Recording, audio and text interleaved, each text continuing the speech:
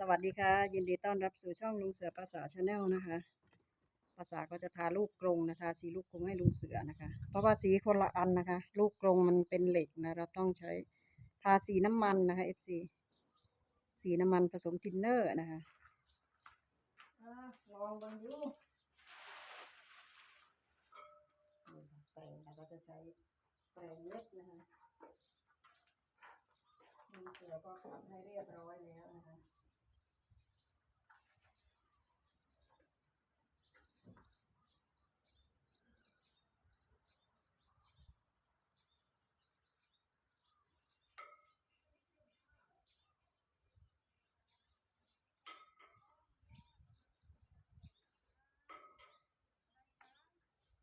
ถ้านั่นก็ลุงเสือแล้วก็มันต้องได้ทา2 รอบเลย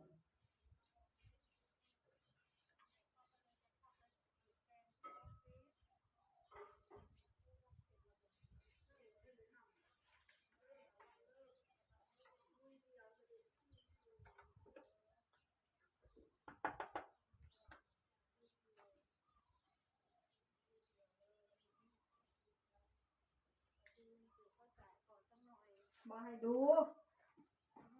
ต้องมาเฮ็ดเวียกพร้อมจังสิทูได้นั่นมาดูสักหน่อยเขาก็เอาเรียกด้านหน้าตัดอะไรนะติดท่อติดท่อบ่แมนโอ้ติดยท่อมาดมทินเนอร์ซอยกันจ้ะปวดหัวเรียบร้อยข้างนั่นกับกาวค่ะข้างนี้กับทินเนอร์ค่ะกับผู้เฒ่าค่ะอยากเวียนหัวอยู่อย่าว่าอยากขอเวียนเลยเวียนโลดบ่ต้องว่าอยากลูกภาษาก็รับตำแหน่งทาลูกกงเอาขนมมาฝากอันนึงเด้อจาก2 คนอันนั้นนะถ้าค่อยจำค่อยจืดชื่อเพิ่นมีที่คุณวิทยาบอกนี่แหละเพิ่นมีเหรียญโปรยทานมาด้วยแล้วก็มีขนมมาด้วยอ่ะขอบคุณมากมากจ้าเพิ่นมาแบ่งขอบกันคุณมากค่ะเพิ่นมีเหรียญด้วยแล้วก็มีขนมมาฝากด้วยเรียนโปรยทานแม่แล้วก็สบู่เจ้าจะอย่าลืมเด้อก่อนนึงบอกจากคุณกองแก้วให้คนละก้อนอยู่ในครัวเด้อเมื่อวานนี้ก็ลืมพอดีละสิเบิดระยะก่อนนึงบอกพอดีเลยเจ้านะก็เจ้าก็เอาเด้อมือตอกตะเมียนอยู่ในกล่องหลังครัวนั่นแหละแต่มีของเจ้าก้อนหนึ่งของจ่าเอ็นก้อนหนึ่งเจ้ากับข่อยกับเจ้าไข่แต่ว่าสมองแม่เพราะว่าที่เอาให้เจ้าเต็มว่านี่แหละใจลุงเสือใหญ่วันนี้สีทาสีอะไรลุงเสือสียังภาษาเขียว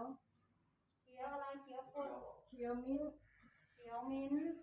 อ๋ออันนี้คือเขียวมิ้นคนขาวบอกยังไม่ได้ผสมทาไม่ได้ผสมหมอทาตะกอนบอกทาผนังก่อนแล้วค่อยผสมทาฝ้าอันภาษาอ่านล่าอยู่หรออ่านอยู่ครับข้างนอกให้สีจางกว่าข้างในจะต้องทาผนังให้เสร็จก่อนค่อยผสมสีโอ้ยภาษา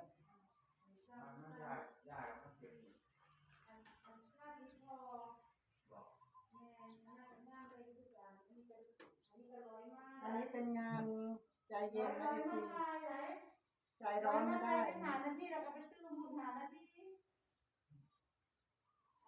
ที่ได้คุยมาหาแป้งให้เขาแป้งมันหมดแล้วก็เลยมาหาแป้งก็เลยเอาขนมมาให้แป้งทาสีบ่แป้งทาสีบ่แป้งว่าอะไรแบบกาวอะไรนะโอ้มีคออะไรนะมีได้เอาไปเริ่มรับคุณเจฟ้าถอยไปแต่ว่าน้ำกับด้านบนก็จะต่างกันของคุณข้างนอกกับฝ้าในสีมันจางลงกว่าเก่า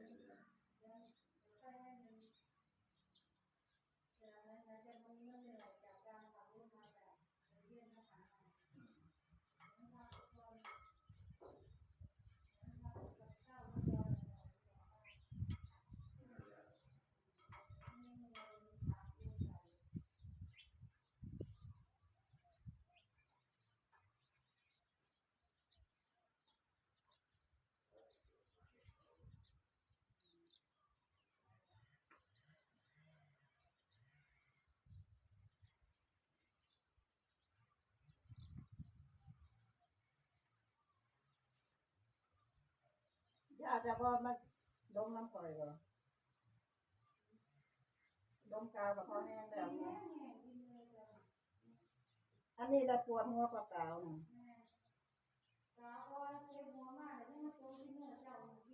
นี่อะไรให้วิ่งตึ๊บวิ่งตึ๊บเลยล่ะอันนี้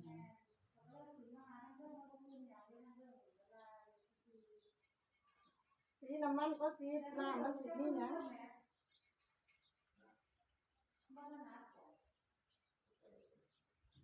สีน้ำมันบ่เป็นหยังบ่ได้เหม็นบ่ได้มีกลิ่นสีน้ำมันนี่เอ้ยปวดหัว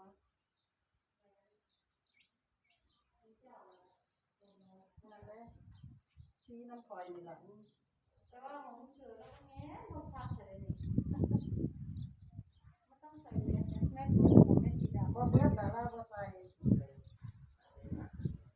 เราก็มีแต่หายใจบ่ออกเลย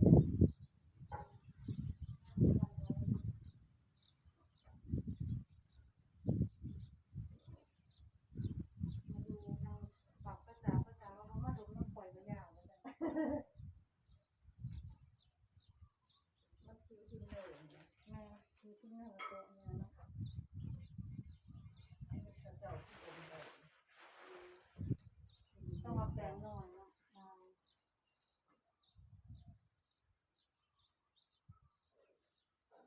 ผสมที่นี่มันแห้งถ้าใส่อันถ้าใส่ใจเนี่ยมันไม่แห้งหรอกใส่อันนั้นถ้าว่าอยากให้แห้งไว้ต้องใส่อันเอาอย่างไปดูสิ